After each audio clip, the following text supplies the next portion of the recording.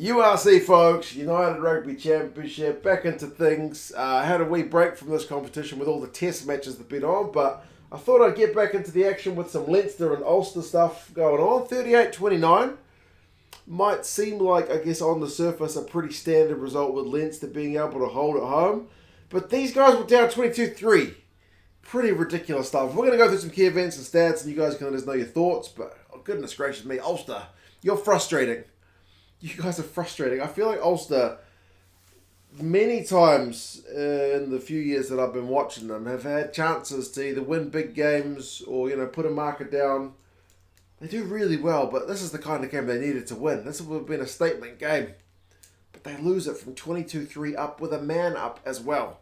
But, I guess that just shows you the class of Leinster. But goodness gracious me. Penalties each way, start the game. It's kind of a bit tentative for the first 20 minutes. The first real big event, to be honest, is the Kean Healy red card. High tackle, head on head, which is often, one that's going to cause you trouble. He's not that upright, I thought. He's kind of got a bit of a bend going into it, but he kind of stands a little bit more upright as he tries to put the head on.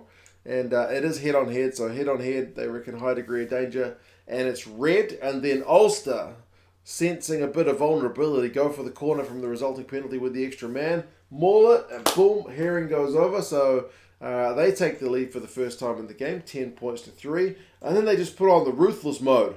Another Ulster maul after Ross Byrne gets pinged for a high tackle. The maul initially gets stopped, but Ulster go through some phases. Eventually, Treadwell v. Ross Byrne, pretty much one-on-one, is only going to end one way.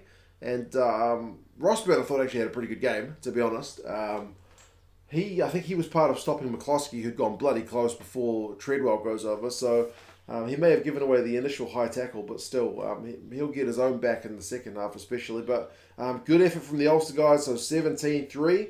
And then, the moment where I thought the game's probably over is the McElroy try, where they turn defence into attack.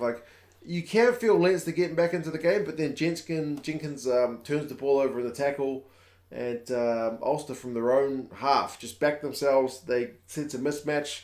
I think it was Moore and McElroy up against Conan, so they're going to beat him for pace out wide, and then it's 2-on-1, isn't it? So McElroy able to finish off a pretty nice move, 22-3 with an extra man. Surely Ulster can't lose it from here. I guess there's a lot of time to go. Leinster, before half-time, and I do think this is key, managed to get themselves a bit of continuity. They went 14 phases before knocking it on, and I thought, this is not going to be their day, because Leinster doesn't normally knock that kind of ball on. But then, even when there's less time before half-time, Jamie Osborne has a nice line break, and then it's Ulster's turn to give away a high tackle, and Leinster's turn to go for the maul, and Keller, who goes over before half-time. That try, I honestly think, is key. That changes both coaches' kind of half-time talks to the players, right? Because instead of being 22-3, it is 22-10, which is a lot more comfortable looking for the guys in blue. They've had more possession, Leinster 55-45, but run meters is 245 to 174 in favour of Ulster.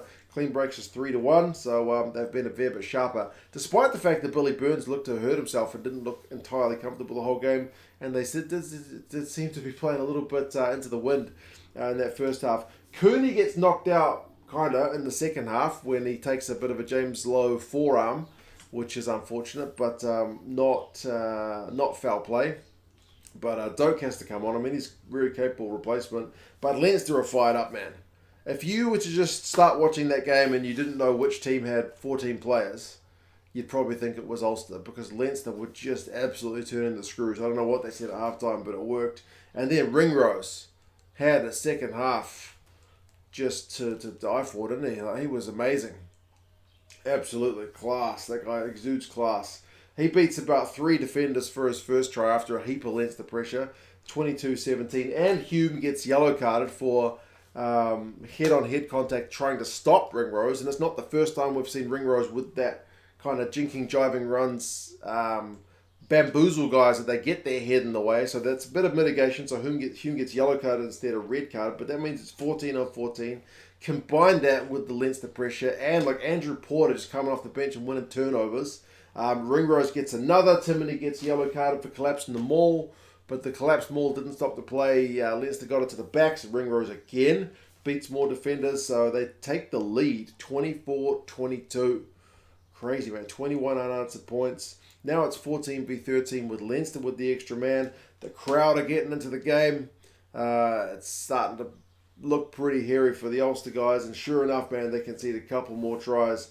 One of them when Leinster go for the corner, line out, get it to Baird, who goes close. Next phase, Porter goes over like he was class from the bench. Like, what a guy to be able to bring off the bench. 31-22, and then another one. Keenan with some go forward. Doris with a line break. And then James Lowe gets basically the easiest try he'll get all year. Just has to catch the ball and put it down. So 38-22. That is looking pretty, pretty convincing. At least for Ulster, they did get themselves a fourth try through Sam Carter at the death. So they at least walk away with something to show for that 22-3 initial lead. But it is very much a consolation. So, yeah. Bit of a capitulation, if I'm honest, from Ulster. You do have to give a heap of credit to Leinster because, as I said, a man down, guys like Ringrose and Porter and Doris and like all these guys just stepping up.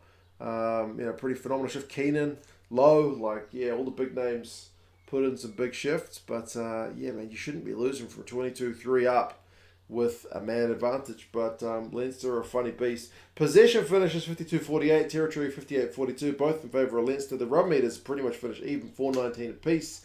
Clean breaks 7-3. Remember, it was 1-3 at half time.